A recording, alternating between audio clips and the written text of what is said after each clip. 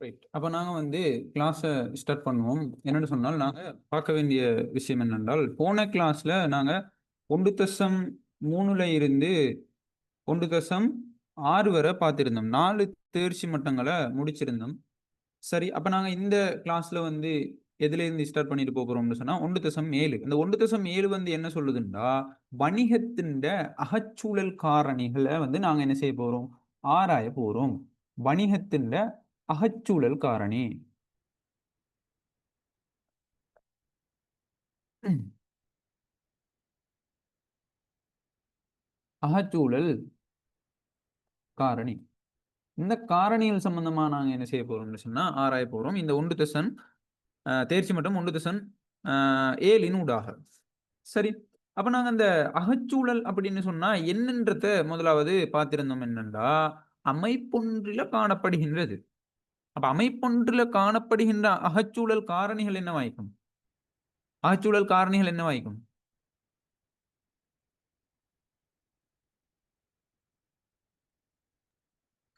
உரிமையாளர், முகாமையாளர், ஊழியர்கள், நிறுவன கலாச்சாரம், நிறுவன கட்டமைப்பு, வளங்கள். Very good. சரியா? இதத்தான் நாங்க என்ன சொல்றோம்டா, வணிகத்தின்ட அகச்சூழல் காரணிகள் அப்படின்னு சொல்றோம். விளைஞ்ச சொல்றது.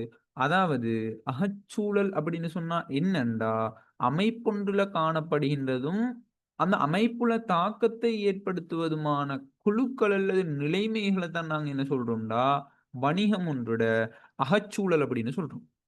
விளங்கினா? அப்ப வணிகத்துல காணப்படுற உரிமையாளர் ஆயிக்கலாம், அல்லது முகாமையாளர்கள் ஆயிக்கலாம், அல்லது ஊழியர்கள் ஆயிக்கலாம். சரியா? அதே மாரி நிறுவன கலாச்சாரம் அழிக்கலாம், நிறுவன கட்டமைப்பு அழிக்கலாம், வளங்கள் அழிக்கலாம். இதெல்லாம் வந்து என்னன்னு சொன்னால், வணிகத்தின்ட வணிகத்தின்ட அகச்சூழல் காரணி. சரியா? வணிகத்தின்ட அகச்சூழல் காரணி. ரைட். அப்ப நாங்க அந்த அகச்சூழல் காரணிகள் சம்பந்தமா, இந்த அகச்சூழல் காரணிகள் சம்பந்தமா தான் நாங்க என்ன செய்ய போறோம்னு சொன்னால், ஆ பார்த்துக் கொண்டு வரப்போறோம். அப்ப உரிமையாளர் அப்படின்றா யாரு? சரி. அதே மாரி முகாமையாளர் அப்படின்னு சொன்னா யாரு? ஊழியர்கள் அப்படின்னு சொன்னா யாரு? நிறுவன கலாச்சாரம்டா என்ன? நிறுவன கட்டமைப்புண்டா என்ன? வளங்கள்டா என்ன? விளங்கினா? அப்ப இப்படியான அந்த சூழல் காரணிகள, இந்த ஒவ்வொரு சூழல் இப்ப உரிமையாளர நாங்க கற்கிறதின் மூலமா, அந்த உரிமையாளர்ல ஈக்கிற அந்த காரணிகள் அந்த காரணிட்ட ஈக்கிற பலம் என்ன? பலவீனங்கள் என்ன? அதே மாரி முகாமையாளரின் மூலமா கிடைக்கிற பலம் என்ன? பலவீனங்கள் என்ன? விளங்கினா? அப்ப ஊழியர்கள்ட பலம் என்ன? பலவீனங்கள் என்ன? நிறுவன கலாச்சாரத்திட பலம் என்ன? பலவீனம் என்ன? நிறுவன கட்டமைப்புண்ட பலம் என்ன? பலவீனங்கள் என்ன? வளங்கள்ட பலம் என்ன? பலவீனங்கள் என்ன? இது சம்பந்தமா நாங்க எல்லாத்தையும் டோட்டலா பார்க்கிற ஒரு தேர்ச்சி மட்டம் தான் என்னன்னு சொன்னா, 1.7 வணிகத்தின்ட அகச்சூழல் காரணி. வணிகத்தின்ட அகச்சூழல் காரணி. சரி. அப்ப உரிமையாளர், முகாமையாளர், ஊழியர்கள், நிறுவன கலாச்சாரம், நிறுவன கட்டமைப்பு, வளங்கள். இதெல்லாம் நிறுவனத்துக்கு உள்ள காணப்படுறது. சரியா? நல்லா விளங்கிக்கணும். இது வந்து நிறுவனத்துக்கு உள்ள காணப்படுறது. சரி. அதாவது அமைப்பொன்றுல காணப்படுகின்றதும், அந்த அமைப்புல தாக்கத்தை ஏற்படுத்துவதுமான குழுக்கள் அல்லது நிலைமைகளத்தான் நாங்க என்னன்னு சொல்றோம்? என்னன்னு சொல்றோம்?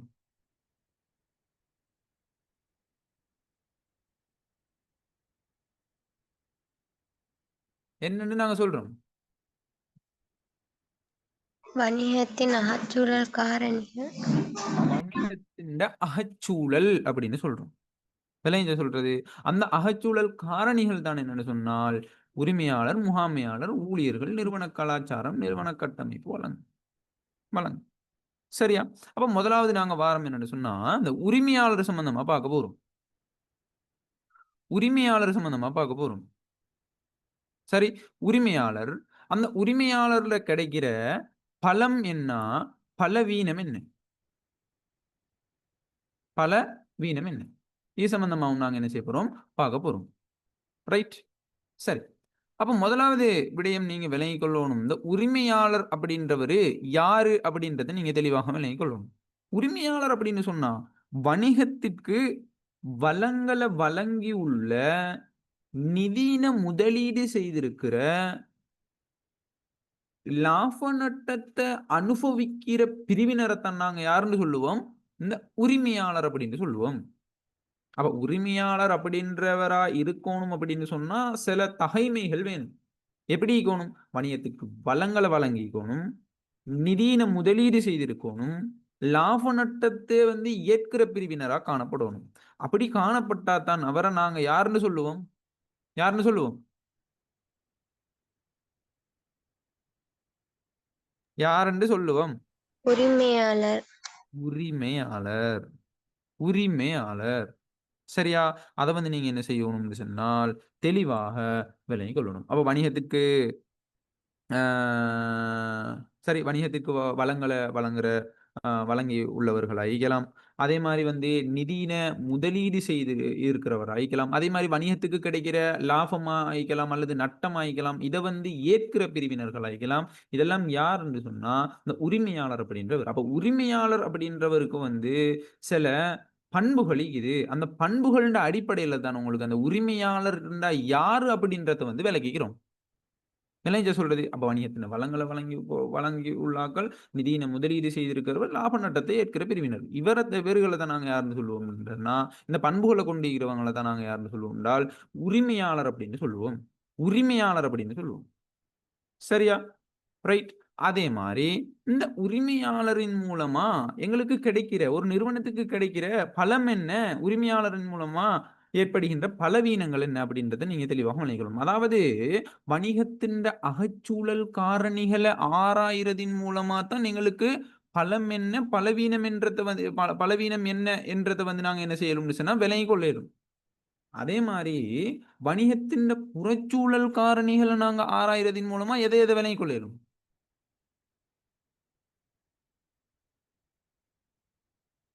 எத விளங்கிக் கொள்ள இயலும்? வாய்ப்புக்களையும், அச்சுறுத்தல்களையும். விளைஞ்சா சொல்றது. அப்ப புறச்சூழல் காரணிகள நாங்க ஆராய்றதின் மூலமா, கற்கிறதின் மூலமா, எங்களுக்கு என்ன செஞ்சு கொள்ள இயலும்னு சொன்னா, வணிகத்துக்கு என்ன வாய்ப்பு இருக்குது? வணிகத்துக்கு என்ன அச்சுறுத்தல் காணப்படுது? அத நாங்க ஆராய இயலும். சரியா? விளங்கிக் கொள்ள இயலும். அப்ப நாங்க இப்ப என்னத்த பார்க்கிறோம்? அகச்சூழல் காரணி. அப்ப அகச்சூழல் காரணிகள நாங்க அறிந்து கொள்றதின் மூலமா, கற்கிறதின் மூலமா, விளங்கிக் கொள்றதின் மூலமா, வணிகத்தில இருக்கிற பலம் என்ன? பலவீனம் என்ன? என்றத நாங்க என்ன செய்ய இயலும்னு சொன்னா, விளங்கிக் கொள்ள இயலும். முதலாவது உரிமையாளர்னா யாருன்னு பார்த்தோம். இந்த உரிமையாளர் மூலமா கிடைக்கிற பலம் என்னன்னு சொன்னா, முதலாவது விடயம் அதிகளவானோர் காணப்படுறது. அப்ப அதிகளவானோர் காணப்படுறது அப்படின்றது வந்து, இந்த உரிமையாளரின் மூலமா கிடைக்கிற ஒரு பலன். என்ன சொன்னா, உரிமையாளர்கள் அதிகமானோர் காணப்பட்டாங்க அப்படின்னு சொன்னா, நிறுவனத்துக்கு நிதியின பெற்றுக்கொள்றதுக்கு ஆயிக்கலாம், முதலீடு செய்றதுக்கு ஆயிக்கலாம், அத வந்து முகாமைத்துவம் செய்றதுக்கு ஆயிக்கலாம். இதுக்கெல்லாம் வந்து அவங்களுக்கு ஈஸியா இல்லையா? இலகுவாக இருக்குமா இல்லையா? ஓவா இல்லையா? குயிக்கா ஆன்சர் பண்ணணும். ஓவா இல்லையா? ஓம். ஓ! விளங்கிச்சா? அப்ப இது ஒரு பலமா? பலவீனமா? பலம். பலம். அப்ப அதிக அளவானோர் காணப்பட்டிருக்கு. 2வது அவர்களிடத்துல வந்து நான் சொன்ன விஷயம் தான். அவர்களிடத்துல வந்து நிதிப்பலம் அதிகமாக காணப்படுறது. நிதிய வந்து அதாவது முதலீடு செய்றது, விலை என்ன சொல்றது? நிதியின வந்து ஈட்டிக் கொள்றது, நிதியின்ட அதாவது அவங்கள்ட்ட காசு அப்படின்றது வந்து என்ன செய்யுது அப்படின்னு சொன்னா, அதிகமாக இக்குது. சில நிறுவனம் வந்து நட்டத்தின் பாதையில வந்து விற்பனை நடவடிக்கை, அதில விளம்பரப்படுத்தல் சரியான முறையில இல்லாம, முகாமைத்துவம் சரியான முறையில இல்லாம இருந்துச்சு அப்படின்னு சொன்னா, அவங்க மேலதிகமான நிதிகளை இட்டு முகாமைத்துவங்கள சேஞ்ச் பண்ணி முகாமைத்துவ முறைமைகள சேஞ்ச் பண்ணி விளைஞ்ச சொல்றது. அதிண்ட அ அட்வர்டைஸ்மென்ட் விளம்பரப்படுத்தல்ன்ற முறைகள சேஞ்ச் பண்ணி அவங்க என்ன செய்வாங்கன்னு சொன்னா, அந்த அ நிறுவனத்தின் லாபத்த உச்சப்படுத்துறதுக்கு பார்ப்பாங்க. அப்ப அவர்களிடத்தில நிதிப்பலம் அதிகமாக காணப்படுறது அப்படின்றது வந்து என்னன்னா, உரிமையாளர்கள் மூலம் ஈகிற ஒரு பலம். ஒரு பலம். அதே மாரி 3வது என்ன? அவர்களிடத்தில அந்த உரிமையாளர்களிடத்தில அறிவும், அனுபவமும் ஈக்கிறது. விளைஞ்ச சொல்லுது. அப்போ ஒரு நிறுவனத்த நடத்துறது அப்படின்னு சொன்னா, அந்த உரிமையாளர் நிதியினை வந்து இட்டு முதலீடுகள செஞ்சு அந்த நிறுவனத்த வந்து நடாத்தி கொண்டு போறாங்க அப்படின்னு சொன்னா, அந்த நிறுவனம் சம்பந்தமா, அந்த உற்பத்தி சம்பந்தமா, அந்த வியாபார நடவடிக்கை சம்பந்தமா, அந்த வணிகம் சம்பந்தமான அறிவு ஈக்கணும். அத எப்படி விற்பனை செய்றது? அத வந்து எப்படி நுகர்வோனுக்கு மத்தியில வந்து கொண்டு போய் சேர்க்கிறது? அந்த நுகர்வோனுக்கு மத்தியில கொண்டு போய் சேர்க்கப்பட்ட அந்த பொருட்கள், சேவைகள வந்து சரியான முறையில அவங்க நுகர்ந்து, அத வந்து ஒரு தொடர்ச்சியான வாடிக்கையாளராக நுகர்வோர கவர்ற முறையில ஈர்த்து கொண்டு, அவர தொடர்ச்சியா தொடர்ச்சியா வந்து தக்க வச்சு கொள்ற அளவுக்கு நாங்க என்ன செய்யணும் அப்படின்னு சொன்னா, எங்கட அட்வர்டைஸ்மென்ட் முறைகளும், அந்த விடயங்களும், அதே மாரி அந்த எங்கட பொருட்களின் தரமும் வந்து குவாலிட்டி ஆயிக்கணும் அப்படின்னு சொன்னா, அவர்களிடத்தில் அந்த அனுபவமும், அறிவும் காணப்படணும். ஓவா இல்லையா? ஓவா இல்லையா? ஓம். ஓ! விளைஞ்சா உங்களுக்கு சொல்றது. அத வந்து நீங்க என்ன செய்யணும்? இதுவும் வந்து உரிமையாளர்கள் மூலமா கிடைக்கிற பலம். அதே மாரி பலவீனங்கள நாங்க பார்த்தா, பலம் கிடைக்கிற மாரி உரிமையாளர்களின் மூலமா பலம் கிடைக்கிற மாரி பலவீனமும் காணப்படுது. அப்ப இதுக்கு எதிர்மாறான கருத்த பாருங்க. குறைவானோர் காணப்பட்டுச்சா குறைவானோர் காணப்பட்டாங்க அப்படின்னு சொன்னா குறைவானோர் காணப்பட்டாங்க அப்படின்னு சொன்னா, எங்களுக்கு ஒரு பலவீனமா இல்லையா? ஒரு நிறுவனத்துக்கு பலவீனமா இல்லையா? அப்ப முகாமைத்துவம் சிக்கல்கள் வரும். நிதி ஈட்டல்கள்ட அ சிக்கல்கள் வரும். விளங்கிச்சா சொல்றது? நிறுவனம் வந்து தனியாக வந்து ஒரு ஒரு ஒரு 2, 3 பேர் வந்து செய் செய் அந்த சேர்ந்து ஒரு ஒரு உற்பத்தி நடவடிக்கை, ஒரு வியாபார நடவடிக்கை, ஒரு வணிகத்த நடாத்திக் கொண்டு செல்ற டைம்ல சரியான தீர்மானங்கள எடுத்துக்கொள்றதுக்கு அவங்க வந்து என்ன செய்வாங்க? கஷ்டப்படுவாங்க. விளைஞ்ச சொல்றது. அப்ப இப்படி குறைவான ஒரு உரிமையாளராக காணப்படுற சந்தர்ப்பத்தில அது ஒரு பலவீனமாக காணப்படும். அதே மாரி நிதி பலம் குறைவாக இருக்கிறது. சரியா? அதுக்கு எதிர்மாறான கருத்து. விளங்கினா? நிதி பலம் வந்து குறைவாக காணப்பட்டது அப்படின்றது வந்து பலவீனம். அதே மாரி ம் அ அறிவும் திறனும் குறைவாக காணப்பட்டது. அறிவும், திறனும் குறைவாக காணப்பட்டது. சரியா? அப்ப அந்த உற்பத்தி பொருள் சம்பந்தமாகவோ, அல்லது வியாபார நடவடிக்கை சம்பந்தமா, அந்த வணிகம் சம்பந்தமான விளக்கம் ஒன்று இல்லாட்டி, அதுல ஒரு திறன் ஒண்ணு இல்லாட்டி, அனுபவம் ஒன்று இல்லாட்டி, அவங்களுக்கு வந்து என்ன? அந்த வணிக செயற்பாட்டுல லாபத்த கண்டுகொள்றதுக்கு கஷ்டமாயிக்கும். அத முகாமை செய்றதுக்கு கஷ்டமாயிக்கும். விளங்கிச்சா சொல்றது? ஏன்னா, அது சம்பந்தமான விளக்கம் இல்ல. அது சம்பந்தமான அனுபவம் உண்டு இல்ல அப்படின்னு சொன்னா, அவங்க தடமாறுவாங்க. நெறைய விடயங்கள்ல. சரி. அப்ப ஒரு ஒரு போட்டி ஒன்று வார டைம்ல, போட்டி நிலைமை ஒன்று வார டைம்ல, அதுக்கு நாங்க எப்படி வந்து முகம் கொடுக்கிறது? விளங்கிச்சா சொல்றது? அந்த நிறுவனம் வந்து நட்டத்தின் பாதையில போற டைம்ல, நட்டத்த நோக்கி செல்ற டைம்ல, அத வந்து ஈடு செஞ்சு கொள்றதுக்கு ஏத்த மாரி, அத ஆ லாபத்த வந்து அடைஞ்சு கொள்றதுக்கு நாங்க அடுத்த கட்ட நடவடிக்கை என்ன செய்யணும் அப்படின்னு ஒரு ஒரு முடிவங்க ஒரு ஒரு முடிவொண்ட ஒரு முகாமை தீர்மானங்கள எடுத்துக்கொள்ளணும் அப்படின்னு சொன்னா, அவங்களுக்கு வந்து அது சம்பந்தமான அறிவு இருக்கணும். அதே மாரி அது சம்பந்தமான அனுபவங்களும் நிறைய காணப்படணும். அப்ப அறிவும் திறனும் குறைவாக காணப்படுறது அப்படின்றது வந்து என்ன? ஒரு பலவீனம். விளங்கிச்சா உங்களுக்கு சொல்றது? ரைட். அப்ப உரிமையாளர்னா யாரு? அவங்களின் மூலமா என்ன பலம் ஈகுது? என்ன பலவீனங்கள் ஈகுது? அப்படின்றது விளங்கிச்சா இல்லையா? அப்படின்றது விளங்கினா இல்லையா? ஓம் சார். ரைட். அடுத்ததாக நாங்க பார்க்க போறோம். 2வது முகாமையாளர். 2வது யாரு யாரு பார்க்க போறோம்? முகாமையாளர்னா யாருன்றத பார்க்க போறோம். முகாமையாளர்.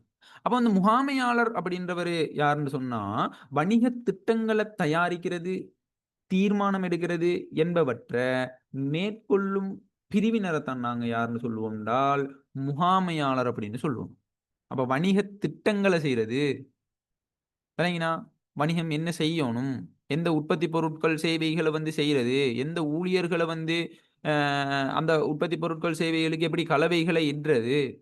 விளங்கிச்சா சொல்றது? அப்ப ஊழியர்கள எப்படி வேலைகள வந்து ஈடுபடுத்துறது? விளங்கிச்சா? அப்ப வணிக திட்டங்கள தயாரிக்கிறது. அதே மாரி தீர்மானம் எடுக்கிறது.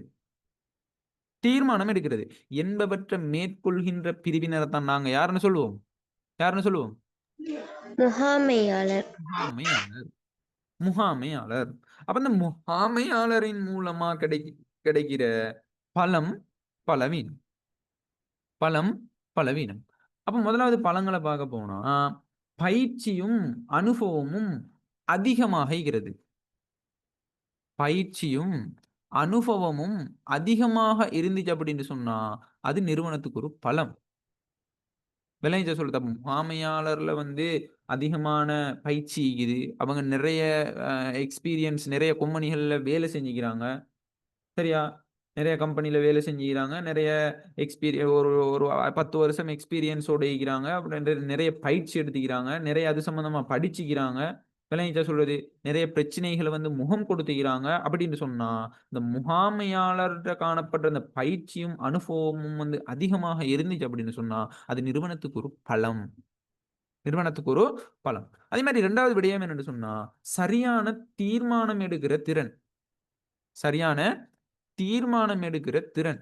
அப்ப சரியான தீர்மானம் எடுக்கிற திறன் காணப்படுறது அப்படின்றது வந்து என்னன்னு சொன்னா, இப்ப உதாரணமா ஒரு முகாமையாளர் காணப்படுறாரு. அந்த முகாமையாளர் வந்து அ ஒரு நிறுவனத்தில ஒரு முகாமைத்துவ செயற்பாடுகளை செஞ்சு கொண்டிருக்கிற டைம்ல ஒரு கோளாறுகளோ அல்லது ஒரு சிக்கலான நடவடிக்கையோ அல்லது ஒரு மோசடிகளோ அல்லது உற்பத்தியின் தரக்குறைவோ ஏதோ ஒரு பிரச்சனை ஒன்று ஏற்படுற டைம்ல அதை சரியாக வந்து மேற்கொள்றதுக்கான தீர்மானங்களை எடுக்கிற டைம்ல அந்த தீர்மானம் வந்து சரியான முறையில் அமைஞ்சிக்கணும்.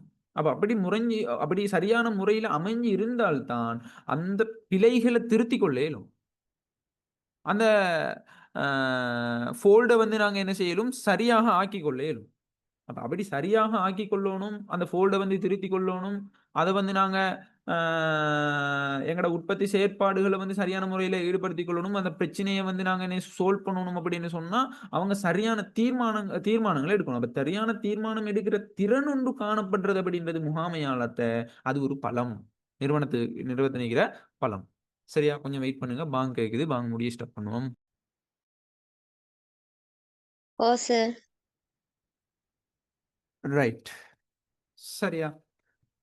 அதே மாரி இந்த முகாமையாளரின் மூலமா என்ன பலம் மிகுது அப்படின்றத நாங்க பார்த்தோம். அதே மாரி இந்த முகாமையாளரின் மூலமா பலம் காணப்பட்டது போல பலவீனமும் மிகுது. முகாமையாளர்ட்ட இருந்து கிடைக்கிற பலவீனங்களும் காணப்படுது. அது எப்படியான பலவீனம் அப்படின்னு சொன்னா, பயிற்சியும் அனுபவமும் குறைவாக காணப்படுறது. பயிற்சியும் அனுபவமும் குறைவாக காணப்படுறது அப்படின்றது வந்து ஒரு பலவீனம். நிறுவனத்துக்குள்ள இருக்கிற ஒரு பலவீனம். அப்ப பயிற்சி இல்லாத ஒரு முகாமையாளர், ஒரு எக்ஸ்பீரியன்ஸ் உண்டு இல்ல அந்த முகாமையாளர்ட்ட அப்படின்னு சொன்னா, அது நிறுவனத்துக்கு இருக்கிற ஒரு பலவீனம். அப்ப பலவீனம் அப்படின்னு சொன்னா, அந்த நிறுவனம் வந்து சரியான முறையில வந்து இயங்க இயலாது. அதுல பிழைகள் நிறைய இருக்கும். விளைஞ்சா சொல்றது, அவங்களுக்கு அனுபவம் இல்லாட்டி சில சரியான தீர்மானங்கள எடுத்துக்கொள்ள இயலாது. அதே மாரி பிழையான தீர்மானங்கள எடுக்கிறது. பிழையான தீர்மானங்கள எடுக்கிறது அப்படின்றது வந்து முகாமையாளரின் மூலமா இருக்கிற பலவீனம். சரியா? ரைட். இது கிளியரா? ஓ சார். அதே மாரி 3வது அகச்சூழல் காரணியில இருக்கிற 3வது காரணி தான் என்னன்னு சொன்னால், ஊழியர்கள். ஊழியர்கள்.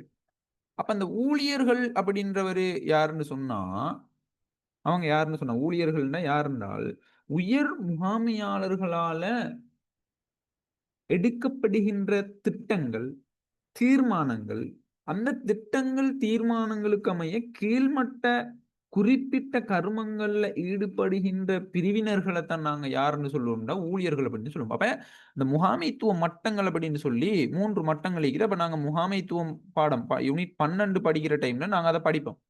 சரியா? அப்ப முகாமைத்துவ மட்டங்கள் அப்படின்னு சொல்லி 3 மட்டங்கள் இருக்குது. உயர்மட்ட முகாமையாளர்கள், நடுத்தர மட்ட முகாமையாளர்கள், கீழ்மட்ட முகாமையாளர்கள் அப்படின்னு சொல்லி 3 மட்டங்கள் காணப்படுது.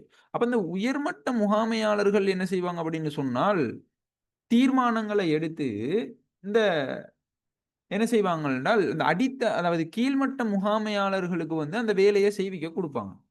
விளங்கினா? அப்ப இந்த ஊழியர்கள் அப்படின்றவர் யாருன்னு சொன்னா, உயர் முகாமையாளர்கள் இருக்கிறாங்க தானே, அந்த உயர் முகாமையாளரால எடுக்கப்படுகின்ற திட்டங்கள் அல்லது தீர்மானங்களுக்கு அமைய, கீழ்மட்டத்தில குறிப்பிட்ட கருமங்கள்ல ஈடுபடுகின்ற பிரிவினர்கள தான் நாங்க யாருன்னு சொல்றோம்டா, உரிமையாளர்கள் அப்படின்னு சொல்றோம். அவங்க எடுக்கிற தீர்மானங்கள் என்ன? அவங்க ஒரு 100 உற்பத்திகள செய்ய சொல்றாங்க. அந்த நிறுவனத்தில வந்து அ அந்த உற்பத்தியின் வடிவத்த மாற்ற சொல்றாங்க. விற்பனை நடவடிக்கைகள சரியான முறையில செய்ய சொல்றாங்க. விற்பனைக்காக வந்து கஸ்டமர கவனிக்கிறதுக்கு ஒரு 10 பேர வந்து இங்க போட சொல்றாங்க. அப்ப 10 பேர் அங்க போறது. அப்ப இப்படி வந்து அவங்க எடுக்கிற தீர்மானங்கள், இந்த உயர்மட்ட முகாமையாளர்களால எடுக்கப்படுகின்ற இந்த தீர்மானங்கள், திட்டங்களுக்கு அமைய கீழ்மட்டத்தில குறிப்பிட்ட கருமங்கள்ல ஈடுபடுகின்ற பிரிவினர்கள தான் நாங்க யாருன்னு சொல்றோம்? யாருன்னு சொல்றோம்? யாருன்னு சொல்றோம்? ஊழியர்கள். ஊழியர்கள். ஊழியர்கள். விளைஞ்ச சொல்றது. இந்த ஊழியர்களின் மூலமா வந்து பலங்களும் காணப்படுது, பலவீனங்களும் காணப்படுது. அப்ப ஊழியர்கள் மூலமா என்ன பலன் சொன்னா, அதாவது நல்லா விளங்கிக் கொள்ளணும். ஊழியர்கள் மூலமா என்ன பலன்னு சொன்னா, திறமை உள்ள, அனுபவம் உள்ள ஊழியர்கள் காணப்பட்டாங்க அப்படின்னு சொன்னா, நிறுவனத்துக்கு அது ஒரு பலம். நிறுவனத்துக்கு ஒரு பலம். அப்ப திறமை உள்ள, அதே மாரி அனுபவம் உள்ள ஊழியர்கள் காணப்படுறது அப்படின்றது வந்து ஒரு பலம். அதே மாரி பல்வேறுபட்ட திறன்கள கொண்டிருக்கிறாங்க. நிறைய அனுபவத்த கொண்டிருக்கிறாங்க. பல்வேறுபட்ட திறன்கள கொண்டிருக்கிறாங்க. சரியா? இப்போ ஒரு ஐடி கம்பெனி எடுத்துக்கொண்டா, ஐடி கம்பெனிக்கு அவருக்கு அவருக்கு வந்து ஒரு வேலை என்னன்னு சொன்னா, ஆ கஸ்டமர் கேரிங்ன்னு வச்சுக்கொள்வோமே. ஆனா அவரு வந்து மேலதிகமா வந்து அந்த ஐடி சம்பந்தப்பட்ட கோடிங் ஆயிக்கலாம். அல்லது வந்து வேற இந்த எம்எஸ் வேர்ட், எம்எஸ் ஆஃபீஸ்ல வந்து அவங்க நல்லா படிச்சு, அட்வான்ஸ் எல்லாம் படிச்சு வச்சுக்கிறாங்க. அப்ப இப்படியான திறமைகள கொண்டிருக்கிறதால அவங்களோட எக்ஸ்ட்ரா வேலைகள வந்து நிறுவனத்துல வந்து செய்யறதுக்கு ஈஸி ஆயிக்குது. அப்ப இப்படி ஊழியர்கள் பல்வேறுபட்ட திறன்கள கொண்டிருக்கிறது அப்படின்றது வந்து என்னன்னு சொன்னா, நிறுவனத்துக்கு காணப்படுற ஒரு பலம். அதே மாரி அந்த ஊழியர்கள்ட்ட சிறந்த மனப்பாங்கு காணப்படுறது. நல்ல ஒரு எண்ணம் இருக்கிறது. நல்ல ஒரு எண்ணத்தோட அவங்க இருக்கிறது. இப்ப கெட்ட தீய எண்ணங்கள் ஒரு தீயதையும் வந்து ஒரு ஒரு கெட்டதையும் வந்து அவங்களோட மெயின் செட் எப்படி யோசிக்கும்னு சொன்னா, பாசிட்டிவா தான் யோசிக்க போகுது. அப்ப இப்படியான மனப்பாங்குகளை கொண்ட சிறந்த எனது சிறந்த மனப்பாங்கு கொண்ட, சிறந்த நடவடிக்கைகளை கொண்ட பக்குவமுள்ள ஊழியர்கள் காணப்படுறது அப்படின்றதும் வந்து ஒரு நிறுவனத்துக்கு காணப்படுகின்ற ஒரு பலம். விளைஞ்சா உங்களுக்கு சொல்றது. சிறந்த மனப்பாங்கு இருக்கிறது. விளங்கிட்டா? அப்ப ஒரு நிறுவனத்துல வந்து ஒரு சண்டை சச்சரவு ஏற்படுற டைம்ல, அத வந்து சால்வ் பண்ணணும். ஊழியர்களே சேர்ந்து ஒரு சால்வ் பண்றதா இருக்கலாம். விட்டுக் குடுப்பு தன்மையா இருக்கலாம். பொறுமையா இருக்கலாம். விளங்கிச்சா சொல்றது? அப்ப இப்படியான அந்த சிறந்த மனப்பாங்கு காணப்படுறது ஊழியர்களிடத்துல, அது வந்து நிறுவனத்துக்கு காணப்படுகின்ற ஒரு பலம். அப்ப நிறைய பிரச்சனைகள் ஏற்படாது.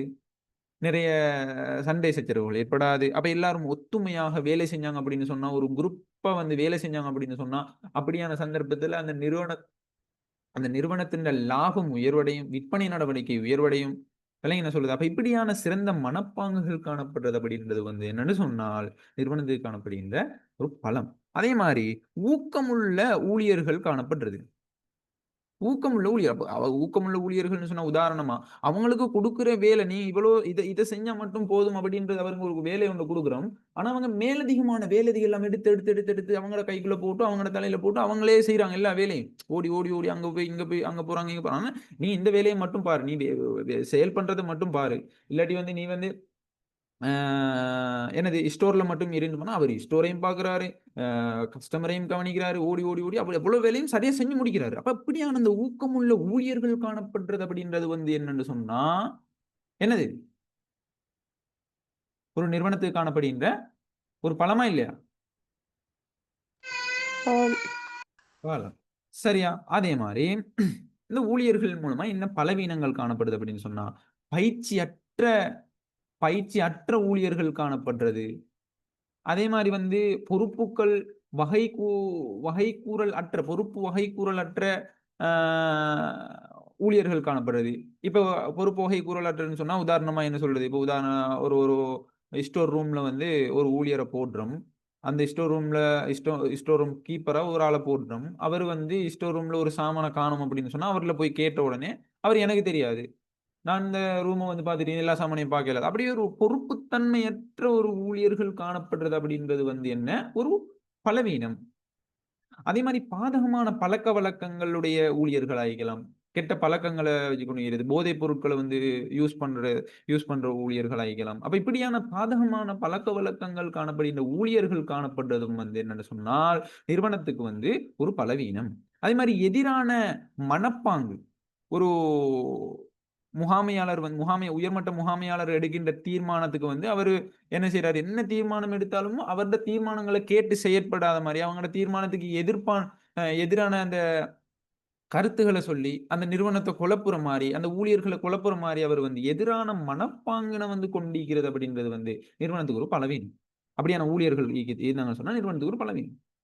அதெல்லாம் என்ன சொல்றது? அதே மாரி வினைத்திறனற்ற ஊழியர்கள் காணப்படுறது. அப்ப அவங்களோட வேலைகள சரியான முறையில, சரியான நேரத்துல, ஒழுங்கான முறையில அவங்க செய்யாம அந்த ஊழியர்கள் சோம்பேறித்தனமாக இருந்தாங்க அப்படின்னு சொன்னா, அவங்க வந்து வினைத்திறனற்ற ஊழியர்கள் அப்படின்னு சொல்லுவாங்க. அப்படி வினைத்திறனற்ற ஊழியர்கள் காணப்படுறதும் வந்து என்னென்றால், என்னது நிறுவனத்துக்கு ஒரு பலவீனம். பலவீனம். சரியா? இது கிளியரா விளங்கினா? ஓ சார். ரைட். அதே மாரி அடுத்த இந்த அகச்சூழல் காரணியில இருக்கிற அடுத்த காரணி தான் என்னன்னு சொன்னா, நிறுவன கலாச்சாரம்.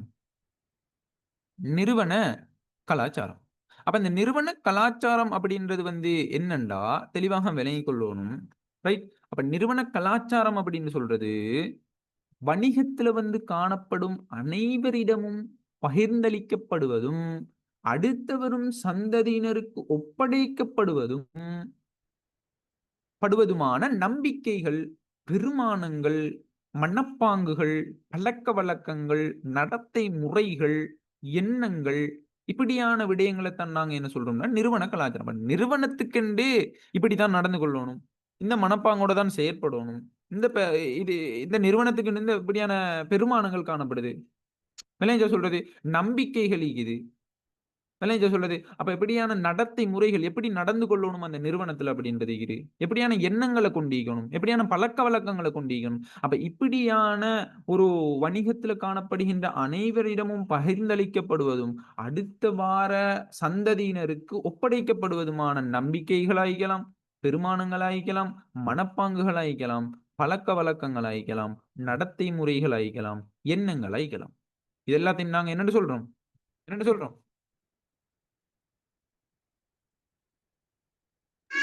நிறுவன கலாசாரம். நிறுவன கலாசாரம். நிறுவன கலாசாரம் அப்படின்னு சொல்றோம். சரியா? அப்ப இந்த நிறுவன கலாசாரத்தின் மூலமாக என்னது? ஆ பலமும் காணப்படும், பலவீனமும் காணப்படும். அப்ப நிறுவன கலாசாரத்துல இருக்கிற நேரான மதிப்பீடாயிக்கலாம், மதிப்பீடு, நேரான முறைமை. அப்ப நேரான மதிப்பீடு, நேரான முறைமை காணப்பட்டுச்சு அப்படின்னு சொன்னா, அப்ப இந்த நிறுவனம் இப்படித்தான், இந்த நிறுவனத்துல நேரான தாக்கங்கள் இருக்குது, எதிரான தாக்கங்கள் இல்ல, இவ்வாறான நடைமுறைகளை கொண்டிருக்கிறாங்க. விளங்கினா? அப்ப இப்படியான நேரான மதிப்பீடும், நேரான முறைமைகளும் காணப்படுறது அப்படின்றது நிறுவன கலாச்சாரத்தின் மூலமா கிடைக்கிற ஒரு பலம். அதே மாதிரி 2வது என்னன்னா, அந்த நேரான மதிப்பீடு, நேரான முறைமையின் மூலமாக விருத்தி அடைந்த நடத்தை மற்றும் பழக்கவழக்கங்கள் காணப்படுது. விருத்தி அடைந்த நடத்தை, அதுல பழக்கவழக்கம்.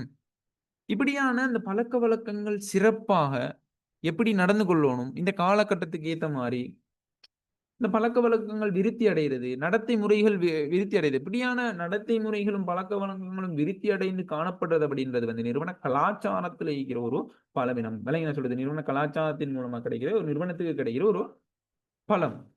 அதே மாரி பலவீனம் என்னென்று சொன்னால், நேரான மதிப்பீடும், நேரான முறைமையும் காணப்படாம இருக்கிறது. அதே மாரி உயர் மேற்பார்வை வந்து இல்லாம இருக்கிறது. உயர் மேற்பார்வை ஒன்று இல்ல. இல்லைங்களா? சரியான முறையில அத வந்து மேற்பார்வை செஞ்சு, இப்படித்தான் நாங்க நிறுவனத்தில இயக்கணும், இது இப்படித்தான் நடந்து கொள்ளணும், இவ்வாறான கலாச்சாரத்த தான் நாங்க பின்பற்றணும் அப்படின்ட்டு வந்து அத மேற்பார்வை ஒன்று செய்றதுக்கு யாரும் இல்ல அப்படின்றது வந்து நிறுவன கலாச்சாரத்தின் மூலமா கிடைக்கிற, நிறுவனத்துக்கு கிடைக்கிற பலவீனம். பலவீனம். சரியா? அத வந்து நீங்க என்ன செய்யணும்? தெளிவாக விளங்கிக் கொள்ளணும். ரைட். அடுத்த விஷயம் என்னன்னு சொன்னா, அடுத்ததாக இந்த அகச்சூழல் காரணியில இருக்கிற அடுத்த காரணி தான் என்னன்னு சொன்னா, நிறுவன கட்டமைப்பு. நிறுவன கட்டமைப்பு. அப்ப நிறுவன கட்டமைப்பு அப்படின்னா என்னன்றத முதலாவது நீங்க என்ன செய்யணும்னா, உள்வாங்கிக் கொள்ளணும். நிறுவன கட்டமைப்புன்னு சொன்னா, அப்ப நாங்க ஆரம்பத்திலே உங்களுக்கு தெரியும் என்ன? உரிமையாளர்னா யாருன்னு பார்த்தோம், முகாமையாளர்னா யாருன்னு பார்த்தோம், ஊழியர்கள்னா யாருன்னு பார்த்தோம், நிறுவன கலாச்சாரம்னா யாருன்னு பார்த்துட்டோம். அப்ப நிறுவன கட்டமைப்புக்கு வந்துட்டோம். அப்ப நிறுவன கட்டமைப்பு அப்படின்னு சொன்னா என்னண்டா, நிறுவனத்தின் நோக்கத்தின இலகுவாக அடைந்து கொள்ளக்கூடியவாறு, எப்படி? நிறுவனத்தின் நோக்கம், நிறுவனத்துக்கு என்று ஒரு நோக்கம் இருக்கும். இப்ப இந்த அளவு லாபத்தை பெற்றுக்கொள்ளணும், இவ்வளோ வந்து விற்பனை செய்யணும், விளைஞ்சா சொல்றது, இந்த அளவு உற்பத்தி பொருட்கள், சேவைகளை உற்பத்தி செய்யணும். விளைஞ்ச சொல்லுது. அப்ப இப்படியான நிறுவனத்துக்கு காணப்படுகின்ற நோக்கத்தின இலகுவாக அடைஞ்சு கொள்றது. அப்ப அடைந்து கொள்ளக்கூடியவாறு அமைப்புல காணப்படுகின்ற கருமங்கள் அழிக்கலாம், பலங்கள் அழிக்கலாம், அதிகாரங்கள் அழிக்கலாம். நல்லா விளங்கிக்கொள்ளணும். இந்த கருமங்கள், பலங்கள், அதிகாரங்கள் இது வந்து எதற்காக இருக்குதுன்னு சொன்னா, நிறுவனத்தின் நோக்கத்தினை இலகுவாக அடைந்து கொள்ளக்கூடியவாறு அமைப்புல காணப்படுகின்ற கருமங்கள், வளங்கள், அதிகாரங்கள் என்பன பிரிந்து செல்ற முறை இல்லைங்களா? இந்த கருமங்களாய்க்கலாம், பலங்களாய்க்கலாம், அதிகாரங்களாய்க்கலாம். சரியா? இந்த 3ம் வந்து பிரிந்து செல்கின்ற முறையத்தான் நாங்க என்னன்னு சொல்றோம்னு சொன்னா, நிறுவன கட்டமைப்பு அப்படின்னு சொல்றோம். நிறுவன கட்டமைப்பு. உதாரணமா நீங்க எடுத்துக்கொள்ளுங்க. ஒரு நிறுவனத்துல எந்தெந்த கருமம் யார் யாரு செய்றது? எந்தெந்த கருமத்த யார் யாருக்கு வந்து ஒப்படைக்கிறது? வளங்கள வந்து நாங்க எந்த பொருட்கள், சேவைகள உற்பத்தி செய்றதுக்காக ஒதுக்கீடு செய்ய போறோம்? அதிகாரங்கள் யாருக்கிடையில பகிர்ந்தளிக்கப்பட போகுது? உயர்மட்ட முகாமையாளர் யாரு? நடுத்தர மட்ட முகாமையாளர் இப்படி இந்த கருமங்கள், வளங்கள், அதிகாரங்கள் என்பன பிரிந்து செல்கின்ற முறை இருக்குதானே. இந்த முறையத்தான் நாங்க என்னன்னு சொல்றோம் என்றால், நிறுவன கட்டமைப்பு அப்படின்னு சொல்றோம். என்ன சொல்றோம்? என்னன்னு சொல்றோம்? நிறுவன நிறுவன கட்டமைப்பு. நிறுவன கட்டமைப்பு. அப்ப இந்த நிறுவன கட்டமைப்பின் மூலமா வந்து நிறுவன கட்டமைப்புல பலமும் காணப்படுது, பலவீனமும் காணப்படுது. பலவீனமும் காணப்படுது. முதலாவது பலம் என்னன்னு சொன்னா, நிறுவன கட்டமைப்புல இருக்கிற பலம் என்னன்னு சொன்னால், பொருத்தமானவாறு வேலைகளை பகிர்ந்தளிக்கிறது. பொருத்தமானவாறு வேலைகளை பகிர்ந்தளிக்கிறது. அப்ப பொருத்தமானவாறு வேலைகளை பகிர்ந்தளிக்கிறது அப்படின்னு சொன்னா, வேலை பகிர்வு டைம்ல உதாரணமா நாங்க உடுப்பு ஒரு ஆடை உற்பத்தி நிறுவனத்தை நாங்க எடுத்துக்கொண்டா,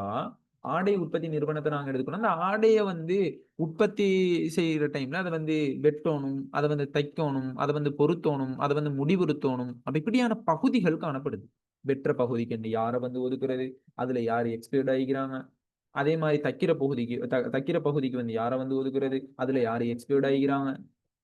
அதே மாரி பொருத்துற பகுதிக்கு வந்து பொருத்துற பகுதிக்கு யார வந்து ஒதுக்குறது, அதுல யாரு வந்து எக்ஸ்பீட் ஆயிக்கிறாங்க. அதுக்கு அப்ப இப்படியான இந்த வேலைகள பகிர்ந்தளிக்கிற டைம்ல, பொருத்தமானவாறு வேலைகள பகிர்ந்தளிக்கிறது அப்படின்றது வந்து ஒரு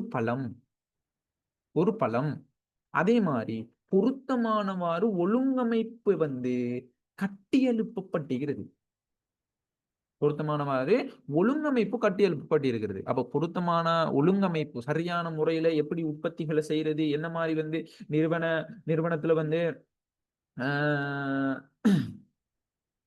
அந்த கருமங்கள் வந்து எப்படி வந்து செஞ்சு கொள்றது, அந்த கருமங்களை உற்பத்தி ஆகிக்கலாம், சந்தைப்படுத்துறதாகிக்கலாம், விளைஞ்சா சொல்றது நுகர்வோனுக்கிட்ட போயிட்டு அந்த பொருளை வந்து அந்த கொள்வனவு செய்யற அளவுக்கு நாங்க அதை வந்து அந்த சந்தைப்படுத்துற முறைமைகள் ஆகிக்கலாம். அப்ப இப்படியான அந்த ஒழுங்கமைப்புகள் வந்து என்ன செய்யும் அப்படின்னு சொன்னா, பொருத்தமானவாறு கட்டியெழுப்பப்பட்டிருக்கிறது அப்படின்றது வந்து என்னன்னு சொன்னா, நிறுவன கட்டமைப்பின் மூலமா கிடைக்கிற ஒரு அனுகூலம்.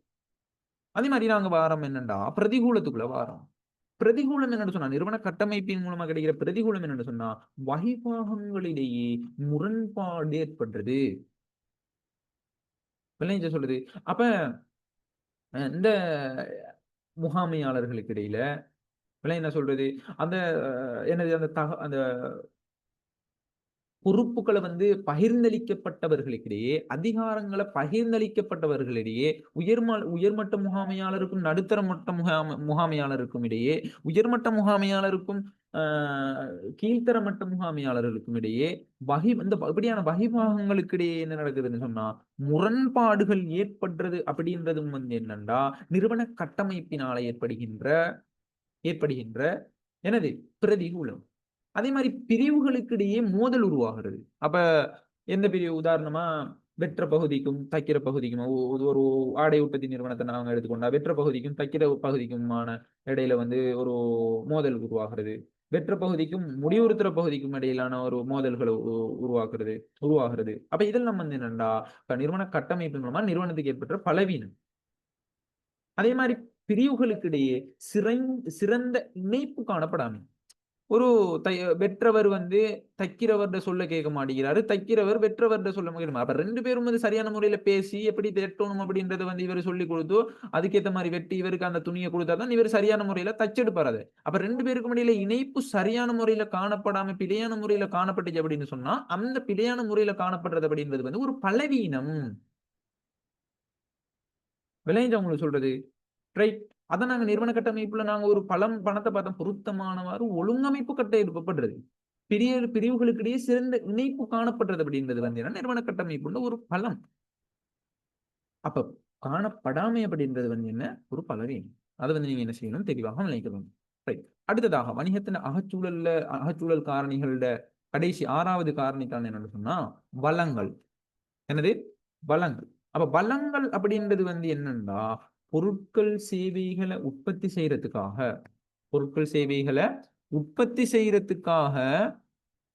வளங்கள். ரைட். அப்ப வளங்கள் அப்படின்னு சொன்னா என்னன்னா பொருட்கள் சேவைகளை உற்பத்தி செய்யறதுக்காக உள்ளீடுகளாக பயன்படுத்துகின்றவைகளைத்தான் நாங்க வளங்கள் அப்படின்னு சொல்லுவோம். அப்ப பொருட்கள் சேவைகளை உற்பத்தி செய்யறதுக்காக உள்ளீடுகளாக பயன்படுத்தப்படுபவைகள் எவை, என்னென்ன என்னென்ன? நிலம், உழைப்பு, மூலதனம், மூலதனம், முயற்சி, முயற்சி, தகவல், தகவல், காலம், காலம், அறிவு. அறிவு. எல்லாம் சொல்றது.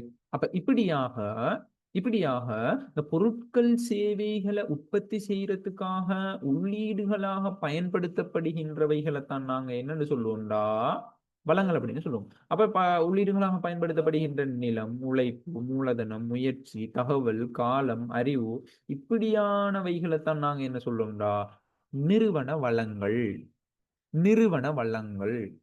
அந்த நிறுவன வளங்களின் மூலமா பலமும் நீக்குது, பலவீனங்களும் நீக்குது. அப்ப வளங்கள் வந்து தேவையான அளவு காணப்பட்டுச்சு அப்படின்னு சொன்னா அது ஒரு நிறுவனத்துக்கு காணப்படுகின்ற ஒரு வளம். அந்த வளம் பலம் சரியா, தேவையான அளவு இந்த வளங்கள் காணப்படுறது அப்படின்றது வந்து என்ன ஒரு வளம். அதே மாதிரி ஒரு பலம். சரியா, வளம் பலம் சொல்லி மாறி மாறி வருது. தெளிவா வினைகளோடும் தேவையான அளவு வளங்கள் காணப்படுறது நிறுவனத்துக்கு ஒரு பலம். அதே மாதிரி தரமானதாக காணப்படுறது வளங்கள். அந்த வளங்கள் அறிவு தரமாக ஆகிறது, நிலம் வந்து தரமானதாக காணப்படுது, அவங்களோட உழைப்பு வந்து சரியான முறையில தரமானதாக சிறப்பானதாக ஆகிறது.